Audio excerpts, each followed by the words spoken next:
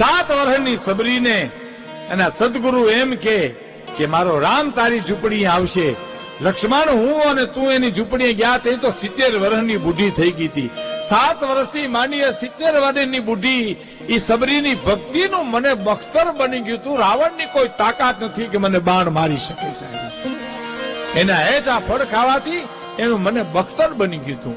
અને તમે નહોતા ખાધા ને તો હા એનું ફળ ભોગવવું પડ્યું. હવે સાંભળી લો કાન ખોલી લક્ષ્મણ, તમે જીવિત છો, જીવતા છો, મારી હારે વાત કરો છો, એ સબરીની ભક્તિ છે. પ્રભુ ઈ કેવી રીતે કે તે બોર ને ઠળિયા ને બધું નાખી દીધું હતું ને તો હા એ પક્ષીઓ ખાઈ ગયા હતા. એ પક્ષીઓ એ પર્વતની ઉપર એ ઠળિયા નાખ્યા, એની અમૃત સિંધુની ઉગી અને એ ઝાડમાંથી પાંદડા જ્યારે હનુમાનજી લાવ્યા અને એના પાંદડા નીચોવીને એનો રસ તને પાયો તઈ તું બેઠો થયો છો. એ સબરી